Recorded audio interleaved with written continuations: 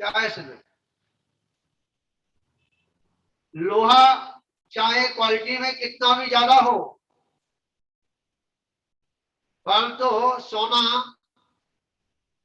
कम जरूर है क्वालिटी में, परंतु उसकी क्वालिटी बहुत अच्छी है। इसी प्रकार ये जैन धर्म मानने वाले कम जरूर है, क्योंकि ये जैन धर्म बहुत ही कठिन है और जिसकी समझ में आ जाए तो बहुत सरल है।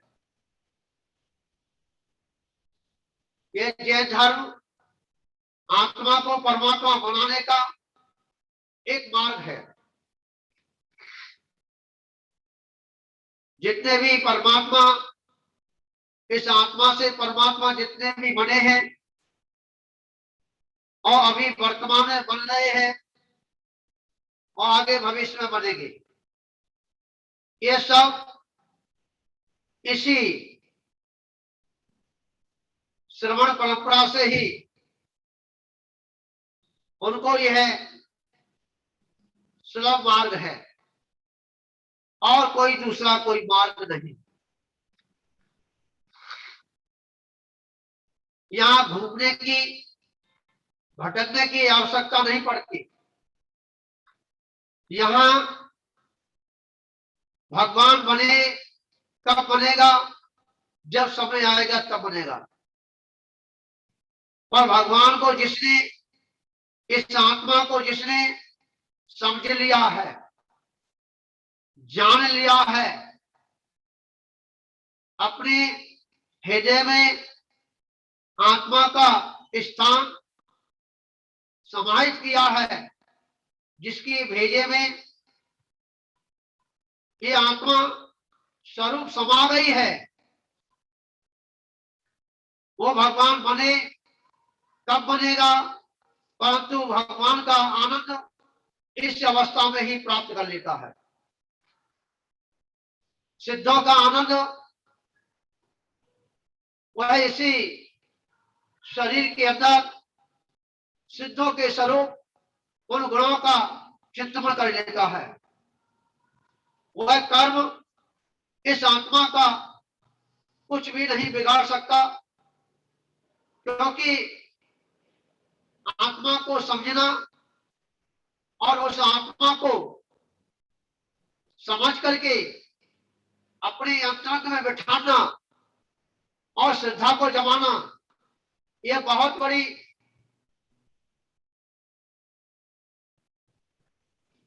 जिसके समझ में आ जाए उसके लिए बहुत सरल है, और समझ में नहीं आए तो सुमेरु पर्वत जैसा पहाड़ है।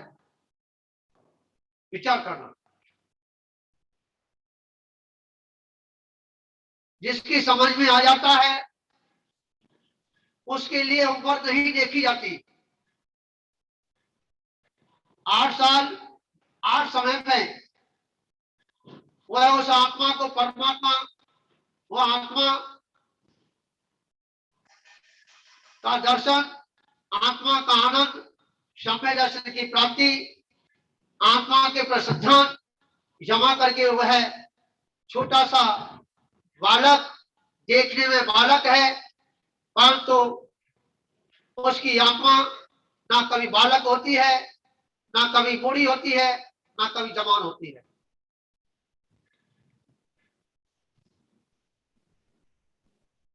विचार करना। ऐसा वो बालक उस आत्मा को अवलोकन करके और उस आत्मा का आनंद लेता हुआ और उसी समय केवल ज्ञान को प्राप्त कर सकता है। विचार करना। आप बात के ऊपर छोड़ देते हैं, अभी यह बालक हूं, अभी मैं क्या जानता हूं, अब ये बालक है, ये बालक क्या जानता है, इतनी उम्र में, इतनी छोटी सी उम्र में पीछे कमंडल को जिसने थाम लिया है, क्या क्या जरूरत है? अब इसकी खेलने की, कूदने की उम्र है, पढ़ने लिखने की उम्र है। आप इतिहास को उठा के देखिए, जिन्होंने उस आत्मा को परमात्मा बनाया है उन्होंने उम्र नहीं देखी, क्या रखना, उन्होंने स्थान नहीं देखा, उन्होंने काल नहीं देखा, क्योंकि आत्मा के लिए ना काल की आवश्यकता है, ना समय की आवश्यकता है और न किसी वस्तु की आवश्यकता है। परंतु जिसके मन में, जिसके भाव में उस आत्मा को परमात्मा बनाने का भाव जागृत हो गया है, ऐसे व्यक्ति के लिए किसी की आवश्यकता नहीं। ऐसे ऐसे उदाहरण यहां आते हैं और अभी भी वर्तमान में भी देखने को मिलते हैं कि छोटी सी उम्र में ही जिन्होंने दीक्षा को धारण करके और इस श्रवण परंपरा का गौरव बढ़ाया है। आचार्य कुंद स्वामी छोटी सी उम्र में ही उन्होंने दीक्षा को धारण किया। ऐसे ही आचार्य शांति सागर जी, उनका भी छोटी सी उम्र में ही दीक्षा को धारण किया। आज वर्तमान में भी उसी क्रम में, उसी परंपरा में और उसी मार्ग पर चलने वाले साधु देखने को मिल रहे हैं। किसी ने 10 साल की उम्र में दीक्षा को धारण किया, किसी ने 13 साल की उम्र की दीक्षा को धारण किया, किसी ने 16 साल की, 15 साल की, 11 साल की। उन्होंने समय नहीं देखा, उन्हें उम्र नहीं देखी। आज वही संत इस श्रवण परंपरा का ताज बने बैठे हैं और उस ख्याति को प्राप्त करके और जन जन का कल्याण कराने में उनका स्नेह हुआ है। बंधुओं, यहाँ आचार्य भगवंत कह रहे हैं कि भाई आपको अगर बंधन में बंधना है, बिगड़ बंधे आप रह नहीं सकते। क्या रखना, जब तक आप संसार में रहेंगे जब तक आपको बंधन में बंधना ही पड़ेगा। अब आपका विषय है कि हम कौन से बंधन में बंधे। परमात्मा के बंधन में बंधेंगे तो हम परमात्मा का स्थान प्राप्त होगा, हमको वह उच्च स्थान बैठने को मिलेगा, हमारी आत्मा का वह सर्वश्रेष्ठ स्थान होगा। और जिनको संसार से बंधन में बंधना है तो उनके लिए कालांतर में नाली का स्थान मिलेगा, समझा, विष्ठा का स्थान मिलेगा और जो है जो 84 लाख योनियां हैं उनमें भ्रमण करने का, उनकी दुखों का सेवन वेदन करने का आपको ये सब जो है अनुभव में आएगा। बंधुओं, अब हमें सोचना है, हमको विचार करना है कि वह संसार का मार्ग, संसार का बंधन कैसे होता है। जहां संक्लेशता हमारे अंतरंग में जन्म लेती है, क्या लेती है करुणा जी?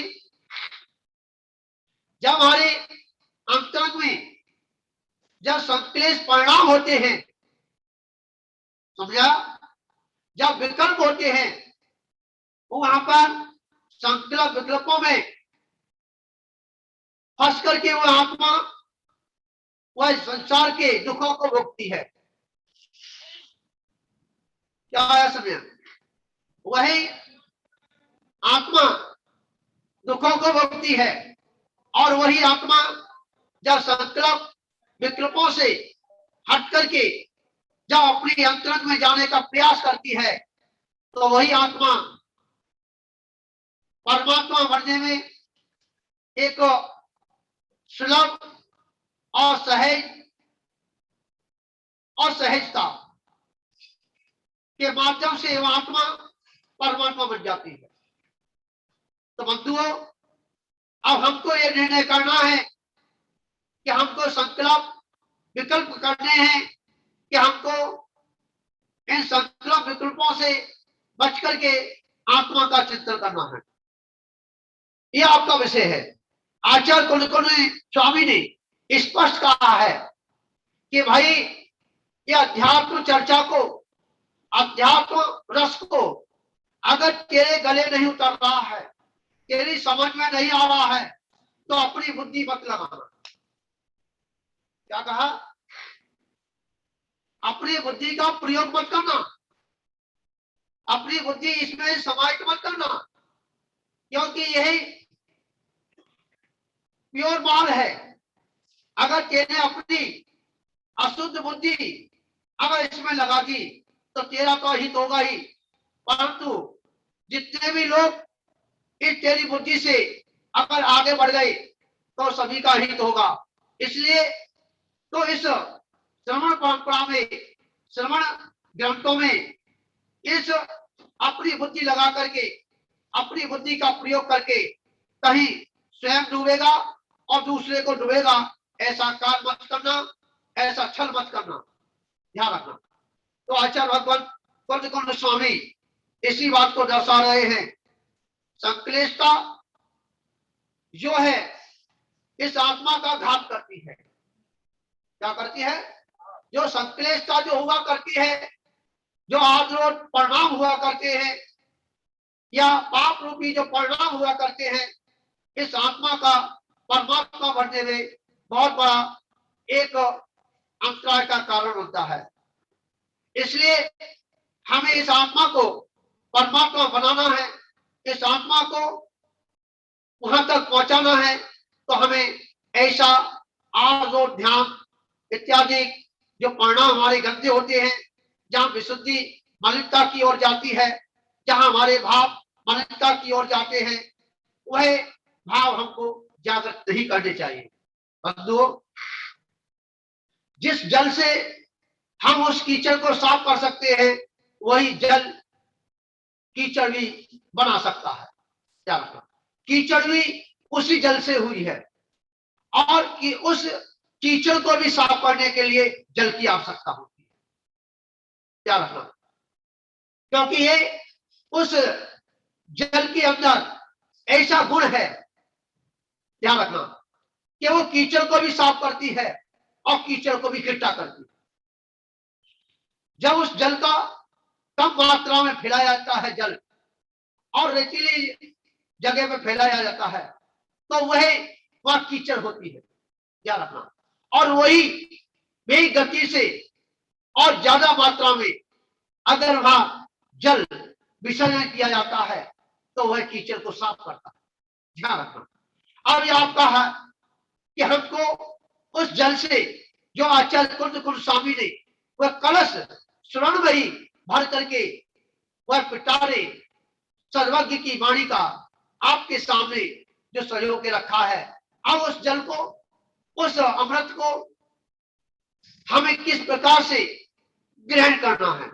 हमें उस जल के, उस मिट्टी को साफ करना है, या उस मिट्टी से हमें कीचड़ बनानी है।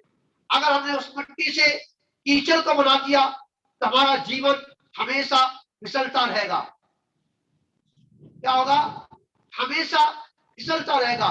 इसलिए हमें उस परमात्मा की वह कलश जो कि सजो के रखे हैं, रत्नों से जड़ित हैं, वो पिटारे जो ग्रंथ हमारी ग्रंथियों के निकालने के लिए वह हमारे ग्रंथ हैं, उन ग्रंथों को खोल करके, जो जैसे भूख लगने पर हम अपना कृपण खोलते हैं, क्या, और भूख को शांत करते हैं, इसी प्रकार ये हमारा आत्मा का भोजन, आत्मा की उस चुनाव को शांत करने के लिए जो राग देश से पीड़ित हो रही है, उस राग देश को मिटाने के लिए हम उस ग्रंथों के पटारे को खोल करके और आत्मा का भोजन हम समय समय पर करते रहेंगे, तो ये आत्मा हमारी राग देश से मुक्त हो जाएगी।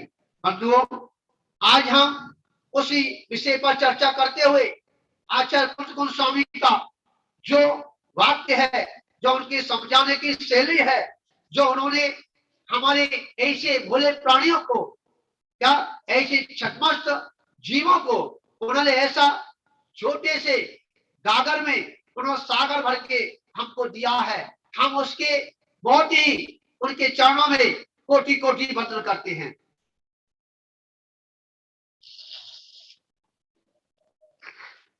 विचार करना, आचार्य भगवान कौन कौन स्वामी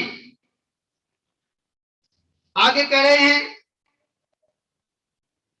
कि अगर अपना कल्याण करना है और अपनी उस विशुद्धि को बढ़ाना है, जिसकी चारित्र विशुद्धि अगर हो गई है, चारित्र निरतिचार पालन हो रहा है, ऐसे निर्मल दिखाने वाला वह मोक्ष मार्ग एक चारित्र है।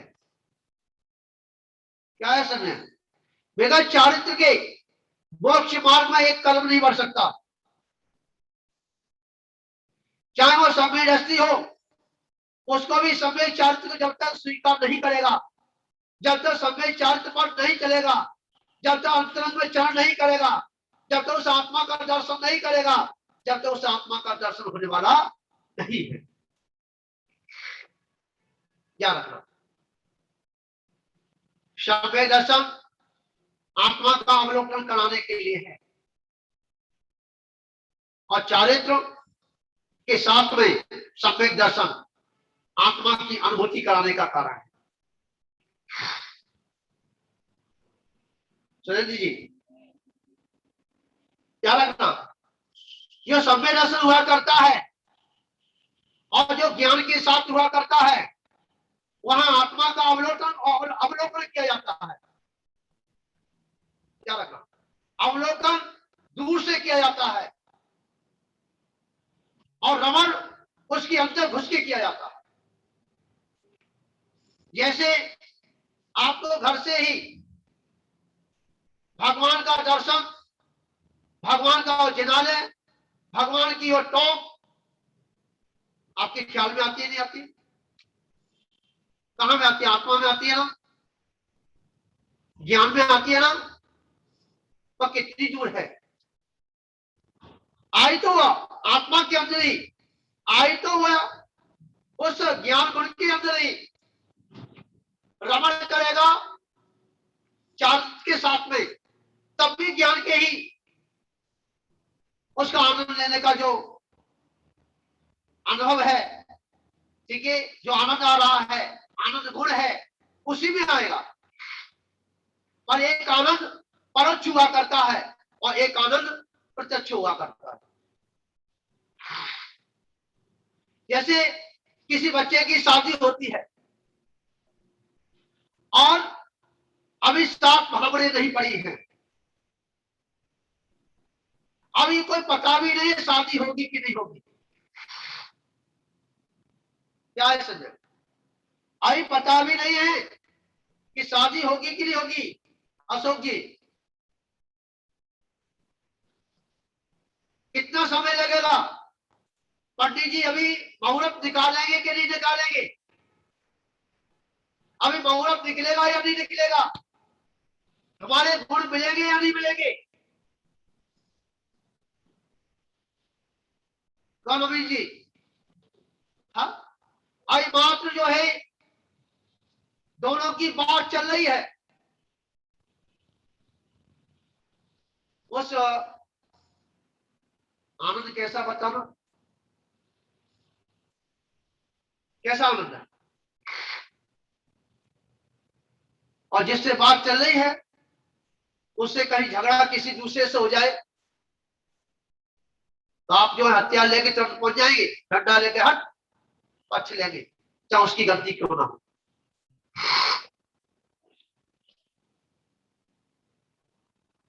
क्या है? विचार करना, हम उसका पक्ष लेके खड़े हो जाएंगे चाहे उसकी गलती कितनी भी हो। यह है अंधविश्वास, अंधभक्ति, अंध प्रेम। हमेशा प्रेम अंधा हुआ करता है। क्या हुआ करता है? प्रेम जहां हुआ करता है वो अंधा ही हुआ करता है, उसकी आंखें नहीं होती।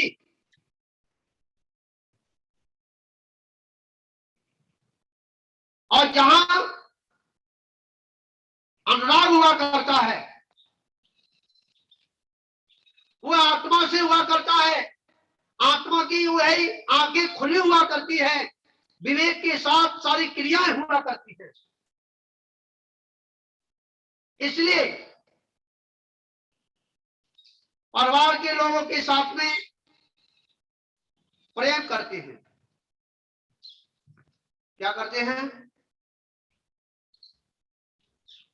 कि जहां छूटने का क्रम हो, जहां सुख दुख का क्रम हो ना, वहां प्रेम है। क्या रखा, प्रेम की जंजीर है, प्रेम की रस्सी है, पर इतनी मजबूत नहीं है कि शाश्वत रह सके। क्या रह सके तरुणा जी? प्रेम की रस्सी इतनी मजबूत नहीं है जो कि शाश्वत रह सके। पति पत्नी का कितना प्रेम होता है, साली जीजा का कितना प्रेम होता है भैया जी बताओ? ज्ञानचंद कुमार कहाँ ज्ञानचंद जी? हाँ। साली जीजा का प्रेम कैसा होता है? हाँ? वो प्रेम के चक्कर में आकर के अगर साली पेट भरने पर भी अगर रसगुल्ला लेके आती है तो उसमें ढक से खा लेते हैं, तो पेट खराब क्यों ना? क्या है समझे? विचार करना, चिंतन करना। प्रेम जहां आप जो है आनंद मान रहे हैं वहां दुख भी है। क्या है? जहां आनंद है, जिन आंखों से देख करके जो आनंद हो रहा है, और जब उसके चोट लग जाती है या कोई उसके शरीर में फोड़ा हो जाता है या शरीर में कोड़ हो जाता है, बताइए आप क्या करेंगे? कि भैया जी शरीर सड़ जाता है, क्या करेंगे हम? बदबू आ रही, क्या आ रही है? बदबू आ रही, क्योंकि प्रेम था ना, प्रेम था ना। जहां प्रेम हुआ करता है वहां आगे चल के बदबू हुई आती है। हा? और जहां अनुराग हुआ करता है, बच्चे से अनुराग होता है क्या भैया जी? बच्चे से अनुराग होता है और पड़ोसी के बच्चे से प्रेम होता है। क्या होता है? क्या रखना, अनुराग जहां हुआ करता है वो बच्चा चाहे कितना भी सड़ जाए गल जाए और तो मां उसे अपनी छाती से लगा के रखती है। तो भैया जी अभी नहीं, पहले चेचक होती, चेचक छोटे छोटे बच्चों को है? पूरा शरीर सड़ जाता था है? और उस बच्चे को मेरे तो हुई थी, मेरे को भी हुई थी है? पूरा शरीर सड़ गया था पीछे आगे, एक भी जगह स्थान ऐसा नहीं था कि वो बचा हो। और उस सड़ान में भी वो शरीर की दुर्गंध आने पर भी जो जननी मां थी वो अपनी गोदी में समझा कपड़े चुपक जाते थे तो उस पे रेग जो छान करके, भैया जी रेग छान करके और कपड़े पे बिछा करके जब हमको लिटाती थी। बताइए, ये अनुराग है। और पड़ोसी के बच्चे को, जिसको आप दूध पिलाते हो, खिलाते भी हो, गोदी में भी लिया हो, हाँ, तो प्रेम होता है सुंदरता का। किसका होता है? प्रेम होता है सुंदरता का। जो वस्तु सुंदर लगती है, जो आंखों से क्या सुंदर लगती है, उससे तो प्रेम होता है। और जो आत्मा सुंदर लगती है, वहां अनुराग हुआ करता है। अब मैं आपसे पूछ रहा हूं, आपको भगवान की प्रतिमा से प्रेम है कि अनुराग है? भैया बताओ, भगवान की प्रतिमा, उससे आपको प्रेम है कि अनुराग है? साधु संत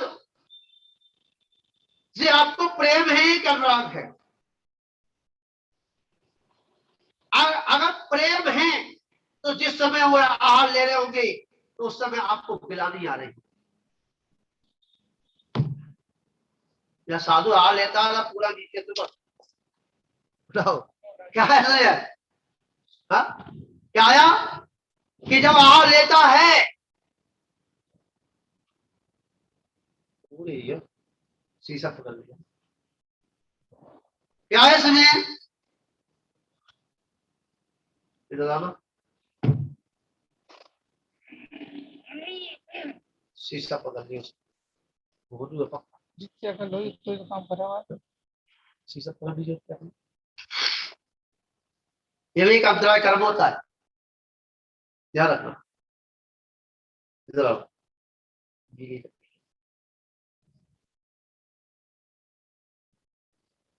नहीं दे देगा। है जो सदी सी में क्या करूं?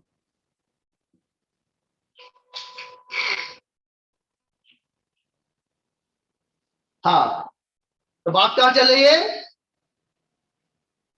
पंच परमेश में अगर प्रेम है तो वहां गिलानी दिखेगी,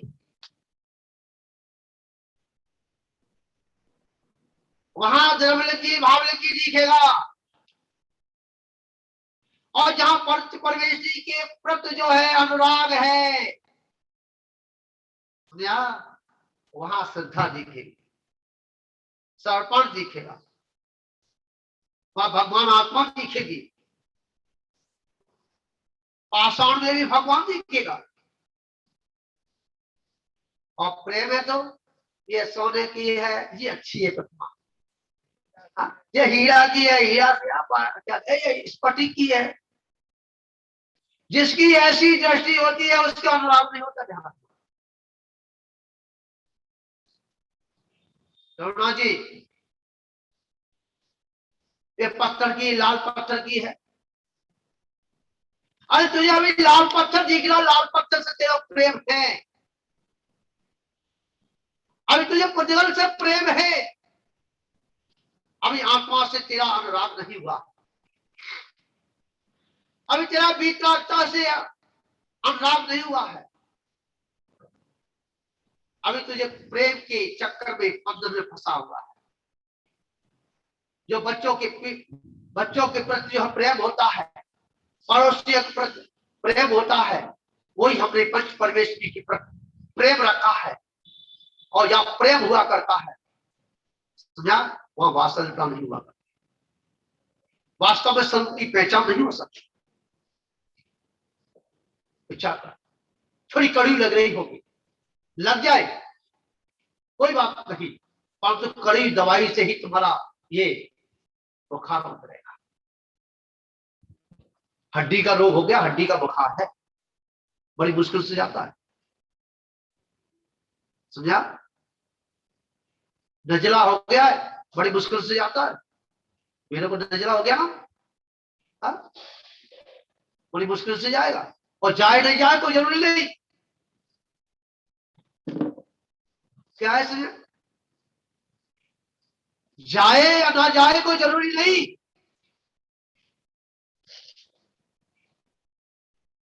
परंतु ध्यान रखना,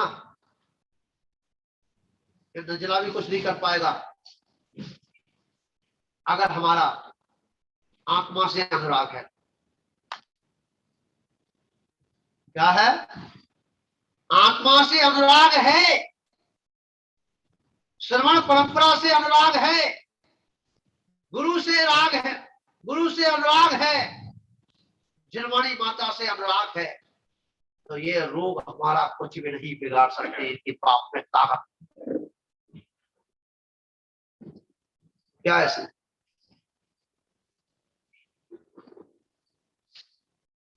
अरुणा जी है किसी ताकत? ममता जी किसी की ताकत बताओ। हा? जिसको भूख लगी हो, हा? बहुत तीव्रता से भूख लगी हो, तो बरगट में भी जाकर के नाश्ता कर लेता है। क्या भैया जी? हा? हा? विचार करना। बरगट में जाकर के भी नाश्ता कर लेता है। विचार करना। क्यों? हाँ, उस मुर्दे से, समझा, जिसको जलाने ले गए हैं, उससे अनुराग नहीं था, उससे प्रेम था। हा? क्या था? प्रेम था। और प्रेम एक दिन छूटता है। हा? और आजकल तो ऐसी छुई हुई तो पेड़ पेड़ हो गया प्रेम तो। हा? आजकल की दो जिंदगी प्रेम की ऐसी हो गई है, दो बातें प्रेम की हो जाए और ऐसा फंस जाता है, हा? और फिर 2 दिन के बाद ऐसा तलाक हो जाता है कि उसकी समझ में नहीं होता। क्या क्या भैया जी? यही हो रहा है। हा? कि आजकल ये पंचम काल प्रेम से बना हुआ है। इस पंचम काल में बदले ही जीव हुआ करते हैं, जिनके अंदर जो है अनुराग का अंकुर फूटता है। ध्यान रखना, जहां अनुराग है वहां सम्यक्त का बीज और कल वृक्ष के रूप में पर्वत होता है, और जहां प्रेम है वो छुई का पेड़ हुआ था। क्या है? विचार करना। आज हम प्रेम की खातर, हा? अपने मित्र से बात कर रहे हैं और बातें करते करते करते करते, हा? हमारा पीटी हो जाती है। होती क्या? ध्यान रखना। 1 सेकंड नहीं लगती तो भैया जी, 1 सेकंड नहीं लगती।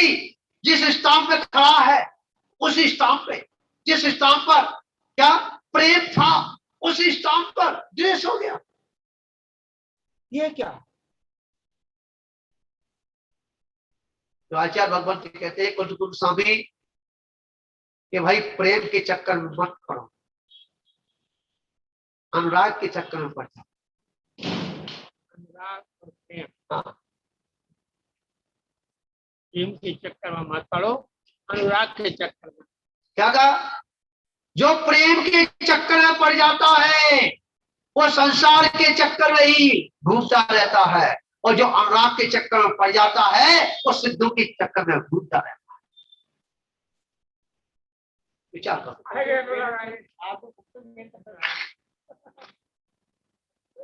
क्या है सुनील?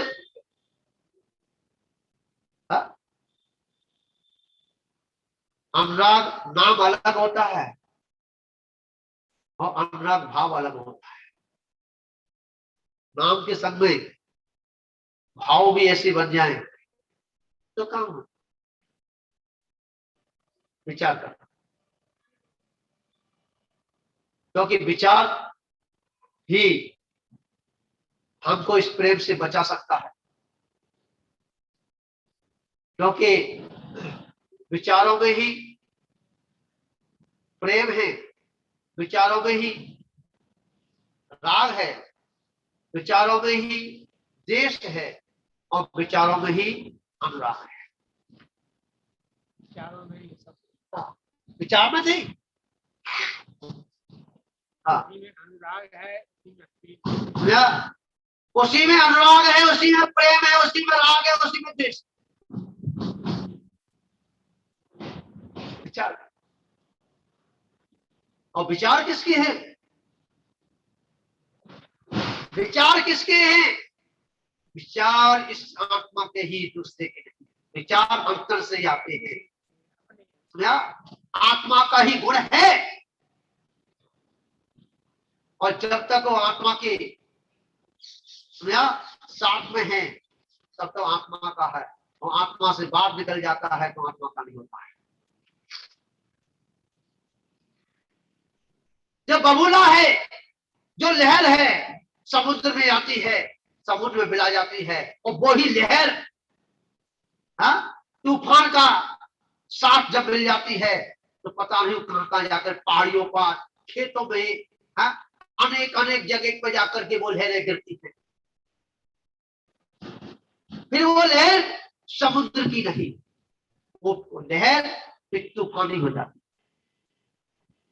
हो जाती है। समुद्र की, इसलिए जो हमारी आत्मा का जो विचार है, जो आत्मा का जो भाव है, उन भावों को आत्मा में ही रमण करो, उस आत्मा में ही क्या समन करो, उसी में उठो, उसी में मिला जाओ, तो ठीक है। अगर बाहर गया तो तुझे पिटना ही पड़ेगा, बचाने वाला कोई है? बताइए, वो समुद्र का पानी, क्षीर सागर का पानी, या अमृत पानी अपनी मर्यादा से बाहर जाता है समुद्र, बाहर में तबाही ले आता है, जाते हैं लाता क्यों भैया जी? हाँ, जब मर्यादा में रहता है,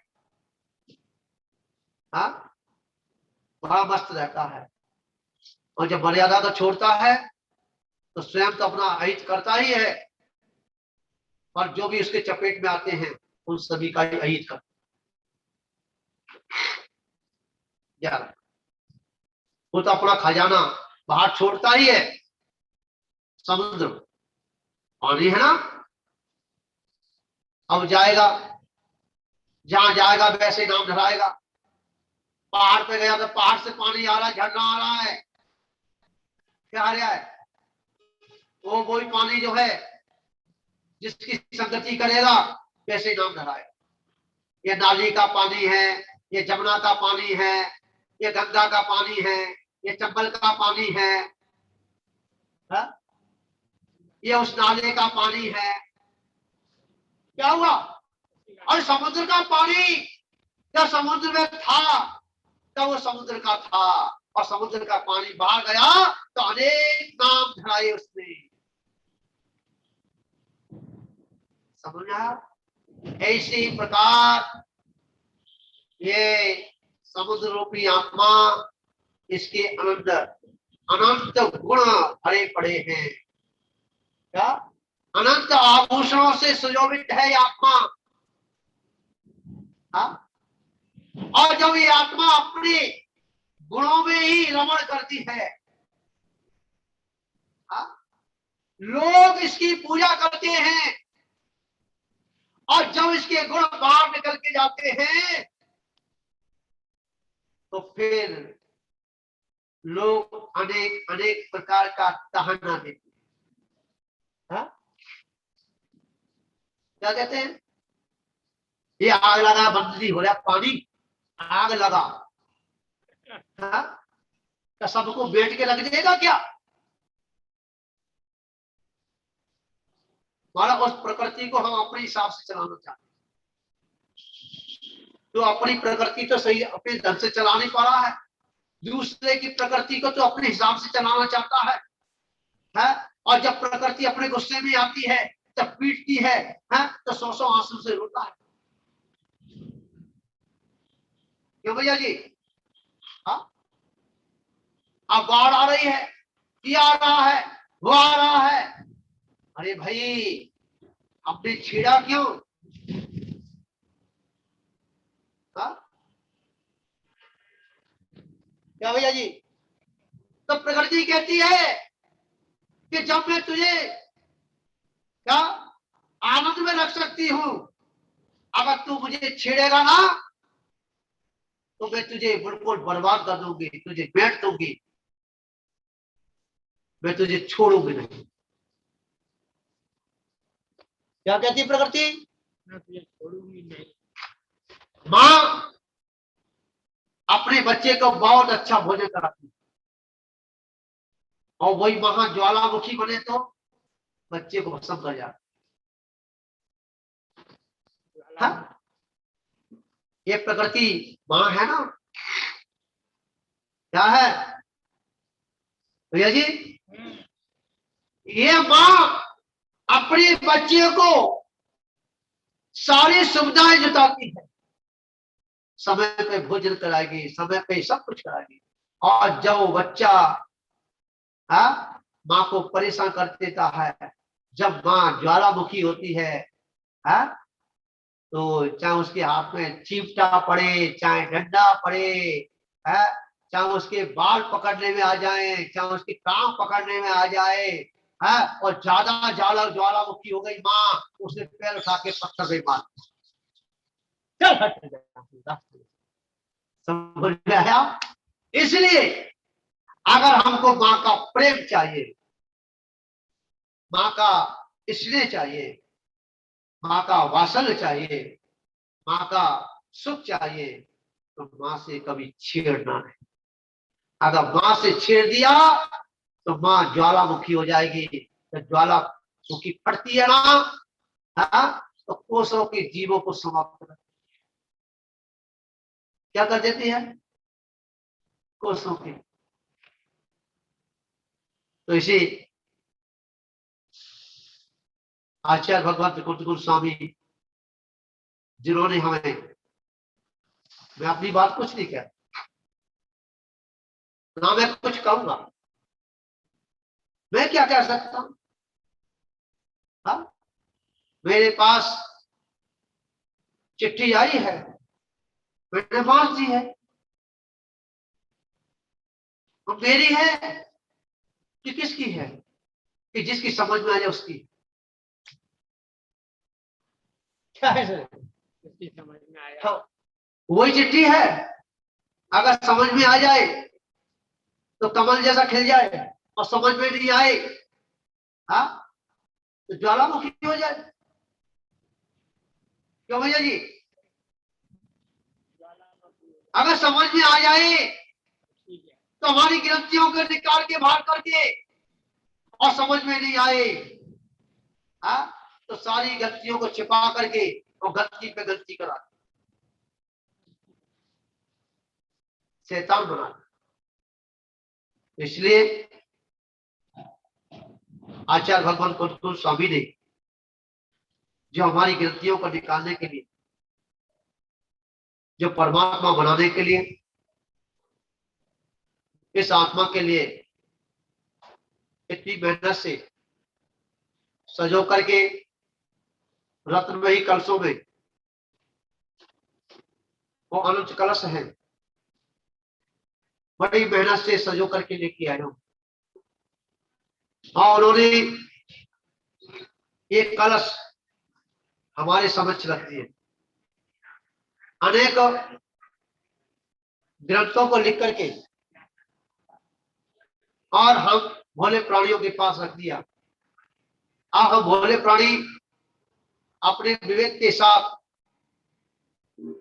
और अनुराग के साथ, बुद्धि के साथ, सही बुद्धि लगा करके अगर हम उस ग्रंथों को खोलते हैं तो हमारी गलतियां अवश्य निकलेगी, और उस अमृत पान को करके जो रत्न जड़ित कलश है उसमें अमृत भरा है, उसको पी करके हम अनंत क्या समय से जो ज्वाला मुखी रूपी, जो ज्वालामुखी फूट रही है, उसको शांत करने के लिए कलश पर्याप्त है।